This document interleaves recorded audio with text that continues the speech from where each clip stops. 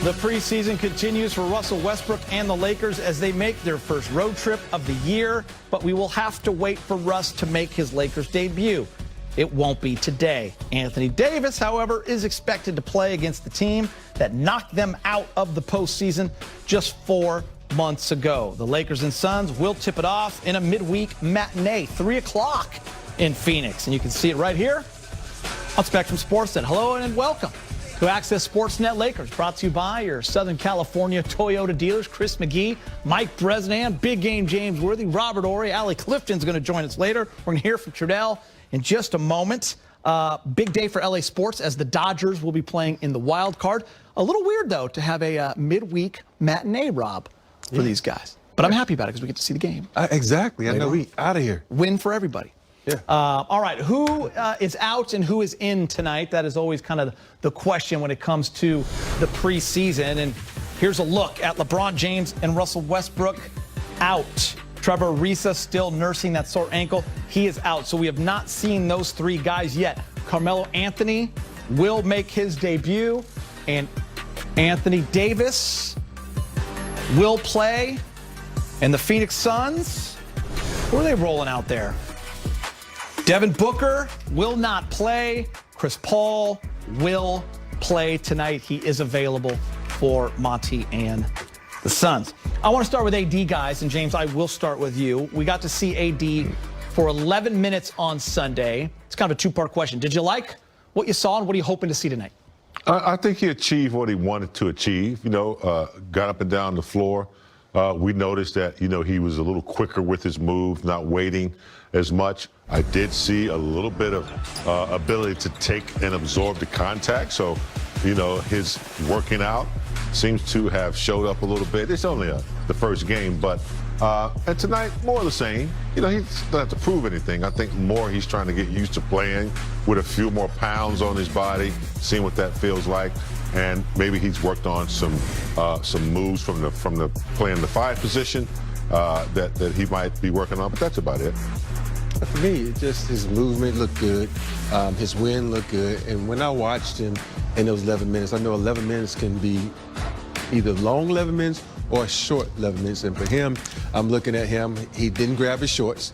I know sometimes when you're in preseason, you're not in shape, so you're grabbing those shorts, meaning you're bending over trying to get some blow. But I feel like he was ready, he was poised, he looked good, his movements looked good, his shot looked really good. So I'm excited to see him play, with some other people like Carmelo Anthony and with, other guys on, because when you out there with, those other 4 guys and him starting, they kind of defer to him. But I want to see him play with someone else who's going to take some shots. Yeah, how about him and DeAndre Jordan? That'll be kind of important to see how those two mesh with each other. And of course, Dwight and AD, they're used to each other.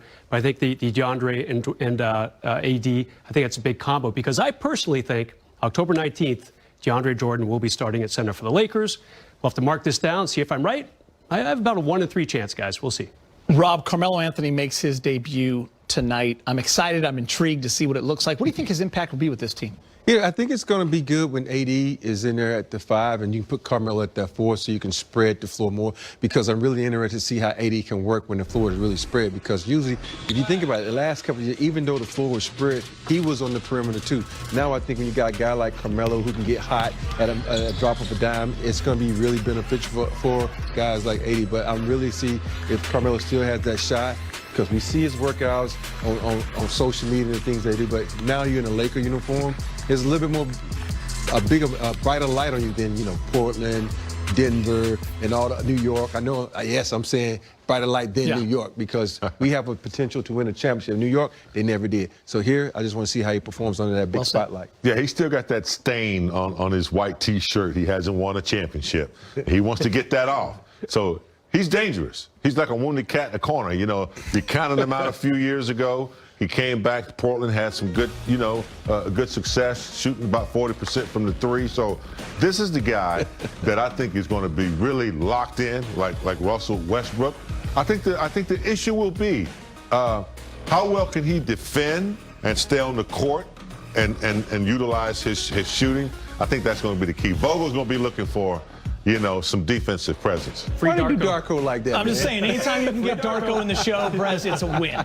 Darko was picked before Melo, Bosch, and Wade. Pistons still a little bit taking some heat for that pick all these years later.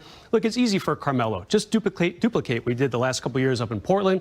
He shot 40% from three-point range combined over those 2 years, averaged about 14.5 points a game. It's that easy, guys. Just keep doing what you've been doing. One of my favorite pictures from yesterday, of course, the team left for Phoenix, was this one. You see Mike Trudell posting this on Twitter. It's the first Laker road trip with the full staff since March of 2020. And, of course, he's repping his Dodger blue. That is awesome. Let's get you live to Phoenix. Mike joins us. Mike, you're back on the road. The green room misses you, but we love it for you. I'm sure the crew was really fired up to get on the road. Oh, man, the green room. Well, first of all, shout out to the Dodgers. That was a Mookie jersey. I thought about having the back and doing that thing. I also wanted to ask you guys, though, you were talking about dry cleaning and championships. So, I'm sorry, white shirts and whatever having a stain on it. Big game and big shot. You must just have a dry cleaner like in your house. Your cleans must be so crisp from all those championships. So that has to be something that you think about when, evaluating Laker history and all that. And by the way, guys, last season in the postseason, Anthony Davis scored 34 points in Game 2 and Game 3. And I think the Lakers feel like that's the main reason, right, why they weren't able to win that series. Phoenix is going to feel like, hey, we would have had a chance to get it anyway. But that certainly has to be the emotion. Now it's a much different team. AD is starting at the 5 today, not the 4. So with Frank Vogel, I wanted to start there and just see what's the point of emphasis when he's at that spot as opposed to the 4.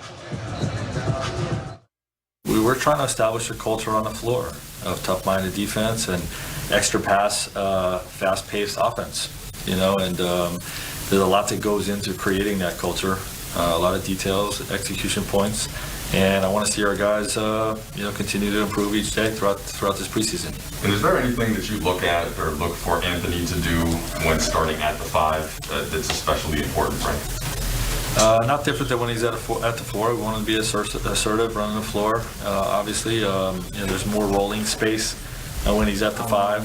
So I'd anticipate him getting the setup in the paint more than creating his own, like we see when he's at the 4. But he's going to be aggressive in all ways. If AD starts at the 5, will you play 2 centers off the bench, or you kind of? I don't know yet. We'll see. I think starting another center makes it easier to play 2 centers. Obviously, is why you're asking the question. But I haven't thought, whether that could work or not, playing 2 centers if he starts at 5. What have you thought of Melo so far in your time with him? Melo's been great. He's fitting in with our guys, with our culture.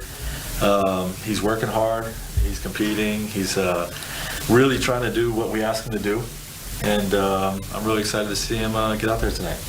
You guys, it's unrelated. You guys lost a lot of perimeter defense. Have you seen anybody who surprised you in that aspect? And kind of, what are we, a little over a week into this? Yeah, I really think Bays has separated himself some. His wingspan and athleticism has been more impressive up close in that regard, and I just think everybody else has been competing in what we're trying to do, and the execution of our defense. That's the biggest thing. All right, so Geeter, this won't be the last time that we think about what the starting lineup is going to be, what the rotation is going to be. Frank Vogel does have some choices to make there, and he also said a couple of practices ago, Game 5 might be the time where they really want to get things established by. So expect some experimentation in the rotation tonight. Same thing when the team goes to Golden State and then comes home. And then they want to have a couple of games under their belt before that season opener on October 19th. All right, Mike, big day. Have fun. Glad you guys are back out on the road, and go Dodgers. All right, Lakers and Suns will tip off at the top of the hour here on Spectrum Sportsnet. Suns All-Star Devin Booker not going to play this afternoon. D. Book averaged a hair under 30 points.